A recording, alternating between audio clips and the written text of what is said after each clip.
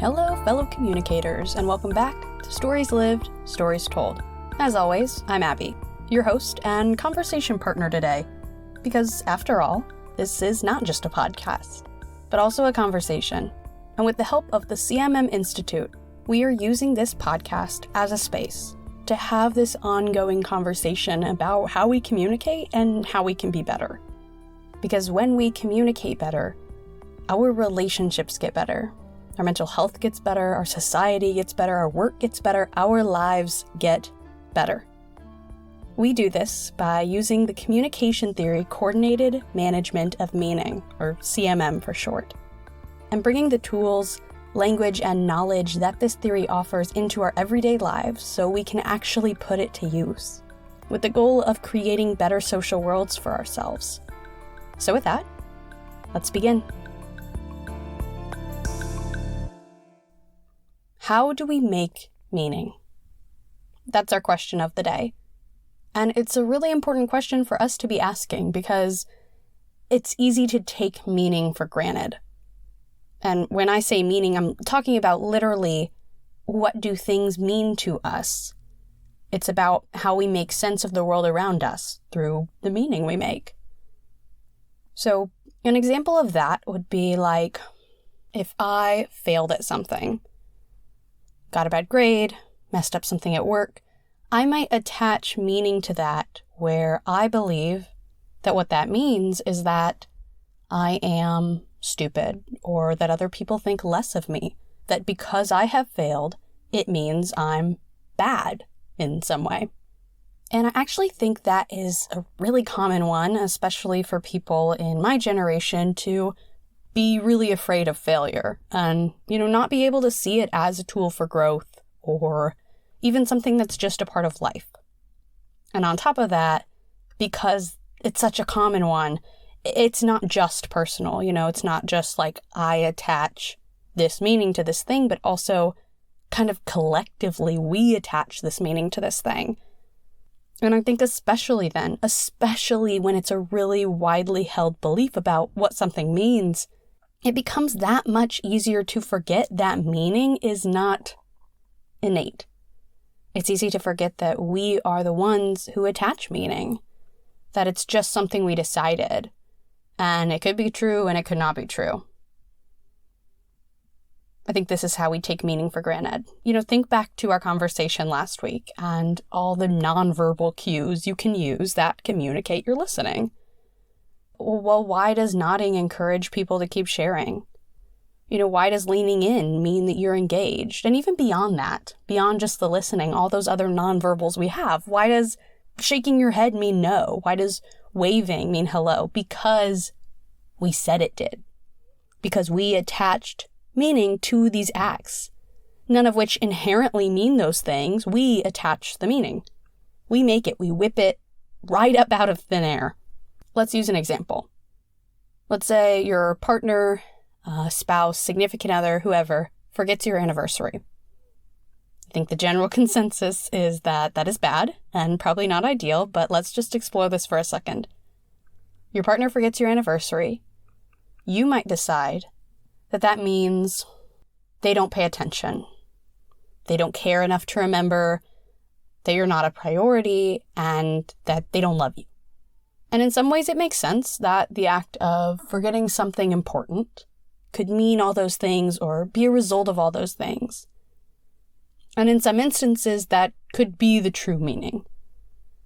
But your partner forgets your anniversary could also mean they've been really busy at work and that's been stressing them out and taking up a lot of their mental space. Maybe someone close to them is sick and they're spending a lot of time taking care of that person or worrying about them. Maybe they're experiencing some mental health challenges that is making it harder to do a lot of things. Maybe it's not even that big, and the fact that they forgot just means that they forgot.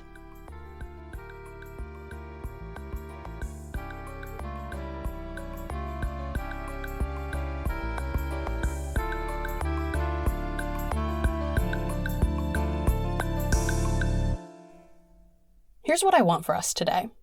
Today we are getting a new pair of glasses. when we talk about meaning, it's less like some of our other conversations where we're talking specific skills and tools that you can actually put to use in your communication. And I think this is a skill in a way, but it's more internal. It happens within yourself, starting to change how you're thinking about meaning, how you approach things in your life, the lens that you choose to see everything through. So you can think about it like you've been seeing things one way in your life, and you put on glasses, and you start seeing things differently. And the things you're seeing are the same things as before, but they look different to you because of the lens you're using to see them. To help us slowly start to change that lens, because it's a slow process, and to be aware of the way that we make meaning. I'm going to keep returning to that example I just used today. That way we can practice what it looks like to recognize the meaning we're making, start to consider other meanings, and then actually make a choice about what meaning will lead us to that better social world for ourselves. And here's a reminder too. Sometimes the meaning you are attaching to something is true or right for you. You don't have to deny it. But still the process, this practice of zooming out on yourself and the situation and considering other perspectives, I think it can only enrich your understanding and your relationships and your communication. I think that this is part of a bigger conversation where we're considering that even though it is really easy to blame other people or other things for our problems or struggles or dissatisfaction, that generally we can't always change those things, change the people we're with, change our circumstances. But what we can change is us and the way that we think about things and the lens we use to see everything. And it's really hard. It really is. Because it's a huge shift to start reframing things and shift the attention to yourself and really put yourself under the microscope. It's part of it is going from asking yourself, why would that person do that, to why am I reacting the way I am? And to start putting, not the blame, I don't want to say blame, but the responsibility on yourself. So today we're just going to explore this idea that we're the ones that attach meaning to things and that we can change how we attach meaning to things. And this, like everything we talk about, is one part of what it looks like to work towards a better social world for yourself and really for all the other people in your life.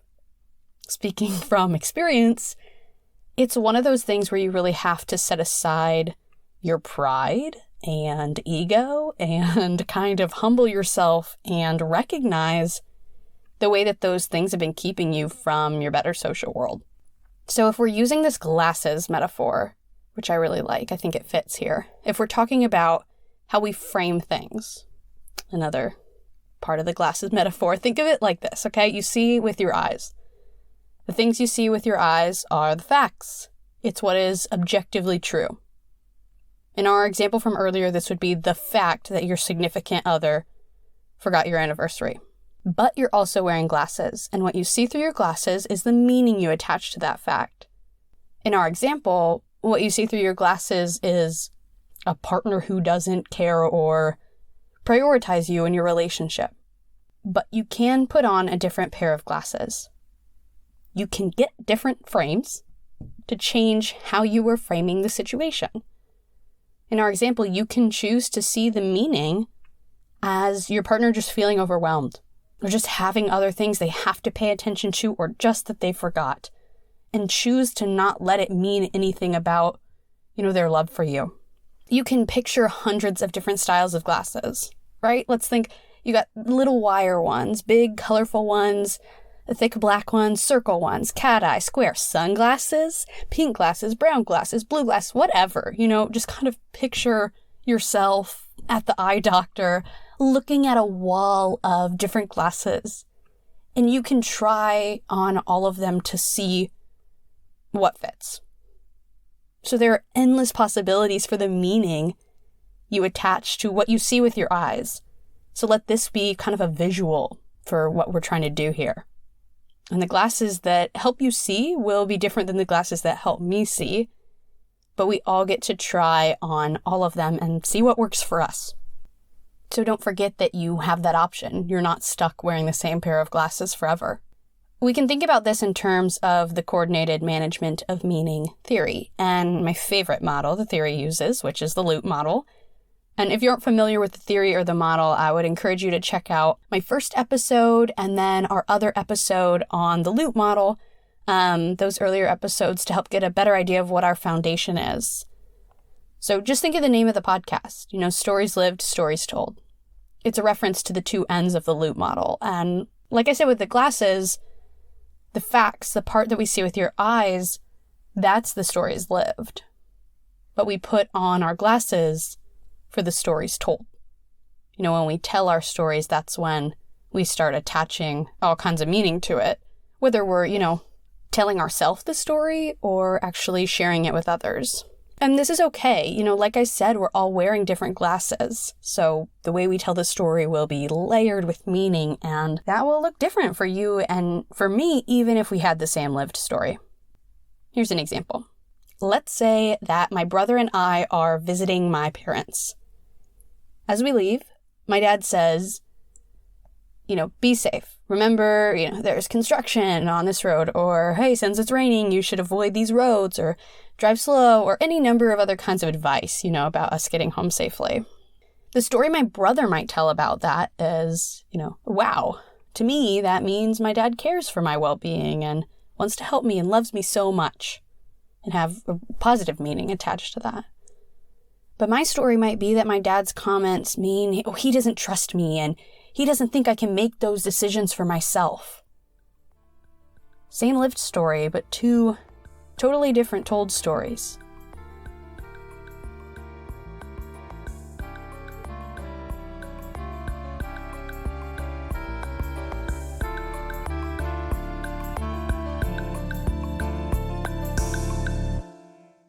If the meaning we're thinking about is around another person's actions, then one choice that we can make that I think can save us a lot of trouble is to bring the other person whose actions you're putting meaning on, bring them into the conversation and ask them what it means. It almost sounds too obvious, right? You can exhaust yourself, though. You really can exhaust yourself going down an endless path of what ifs and different meanings that someone's actions can have, but you can also just ask, like with our first example. You can bring it up to your partner and say something like, hey, so you forgot our anniversary, and that makes me feel like you don't care about me or celebrating this milestone in our relationship. Is that true? Can you help me understand why you forgot? And the partner could say, wow, I'm so sorry for forgetting. I've been consumed by my work lately, and it totally slipped my mind, and I do care about you and celebrating our relationship. The fact that I forgot doesn't mean that I don't love you or prioritize this relationship, just that I had other things taking my attention. And that would be a really ideal situation, but again, it's something we can always be working towards. It's not totally unattainable, that kind of conversation. And here's the other thing, is that regardless of what the other person says, you do still get to attach your own meaning to it. I think it brings a peace of mind to put it all out in the open and ask what was behind it for your partner. But if you do feel hurt by the fact that they forgot, then let's say you respond again and would say something like, thank you for sharing that. That helps me to understand why you forgot, and that makes sense to me. I've also had times where my work really overwhelmed me and I wasn't able to think of anything else. But I just need you to know that remembering this is important to me. When you remember things, it shows me that you care and that you love me in that way, and that is what those things mean to me, and I'm letting you know that for the future. So bringing that meaning out into the light and naming it and saying out loud, it's a really empowering thing. It's a scary thing, but it's an empowering thing. I think if you can get over that fear of, not knowing what it looks like to say those things out loud, if you can get past that and actually say it out loud, I think you'll feel empowered, because that's what my own experience has been. And I think these meanings we attach have the ability to have a lot of power over us if we let it. And so that is how we move away from being controlled by those things. Even though I said we can choose what meaning we make, which we can, the truth is we don't actually always have the ability to choose at first, right? We grow up and are taught things explicitly or implicitly that stick with us and, affect the way that we understand meaning in our lives. Like the failure thing, Maybe you saw the way your parents handled their own failures. Maybe you saw shame and guilt and doubt in that. Maybe you saw the way you were celebrated when you succeeded, so you learned to avoid failure at all costs to chase that praise. Maybe you saw how people in your community acted when others failed, Maybe they're not forgiving, not understanding. It makes a lot of sense that child would grow into a person who attached a lot of negative meaning to failure. So this is one of those places to be really gentle with yourself. You didn't ask to internalize all those things, but you do get to make different choices for yourself and create new meanings that actually work for you, And it's not an easy process, so you got to be gentle with yourself through the whole thing. It's a lot of deconstruction and reconstruction and reflection and asking deeper questions of yourself. But this is what the CMM theory is all about. And it is the process itself that helps us move toward a better social world.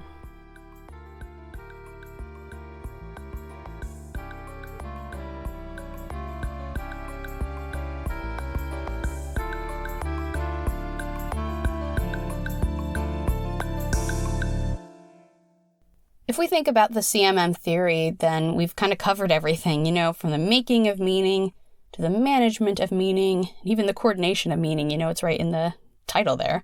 We make the meaning when we put on our glasses, when we attach a certain meaning to something. Let's use another example. Let's say that I say, you don't want to be my friend anymore because you don't want to spend time with me today. That's me making some meaning. You not wanting to spend time with me means you don't want to be my friend anymore. The managing meaning comes in when I start telling this story. Again, either to myself or out loud. Let's say I start communicating to others. This is what that means. Telling another friend that you don't want to be my friend anymore because you didn't want to spend time with me. Then the coordination part could look like many different things. But in this example, let's say it looks like me approaching you and saying, hey, why don't you want to be my friend? And you expressing that you actually do want to be my friend. And you just also really value your alone time and you need to recharge on your own after the big week you had before you spend time with me because you want to be able to be your best self when we spend time together. And, the fact that you didn't want to hang out means that you wanted to have alone time so that we could have better time together in the future. That's a long-winded one, but, in this way we both express out loud what meaning we're attaching. And we work together to come to better understand the meaning for us. And this one's actually a real example from my life. And that's really important to me because it was a really significant moment where I was actually able to, for the first time in a big way, detach myself from the meaning I made and choose a different understanding and perspective of the situation, because I was really hurt when I thought this person not wanting to spend time together meant they didn't want to put energy into the relationship or didn't enjoy spending time with me. But I was hurt, not necessarily by the act of not spending time together, but by that meaning I attached. So when I was able to express this hurt to the other person and hear their reasoning behind choosing alone time over me sometimes, then I was able to start reframing that situation and to understand that it was really less about me than I thought.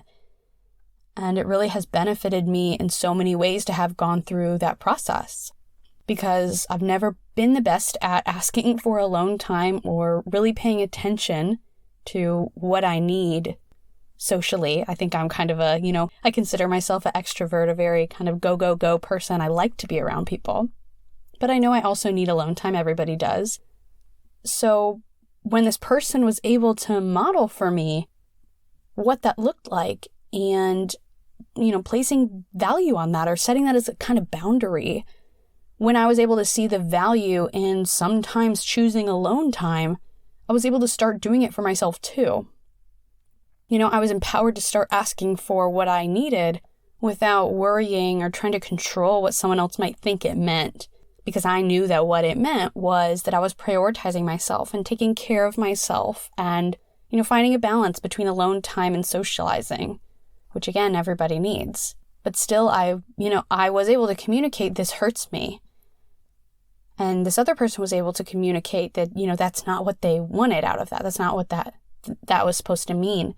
And so we both are able to ask for our alone time now, and also have found better ways to do that, that help us understand the meaning. And so, for example, when I do ask for alone time or say, hey, I can't actually hang out today, I like to follow that up with suggesting another time to hang out, or saying, but I'd like to see you later in the week, or, offering kind of an alternative so that the other person there's literally no room left for them to think that I don't want to spend time with them or I don't enjoy spending time with them. So that's just my own example. I don't know if you see yourself in any of that at all, but I hope that's helpful for trying to understand this concept a little better, because that's the way that I've seen it play out in my life.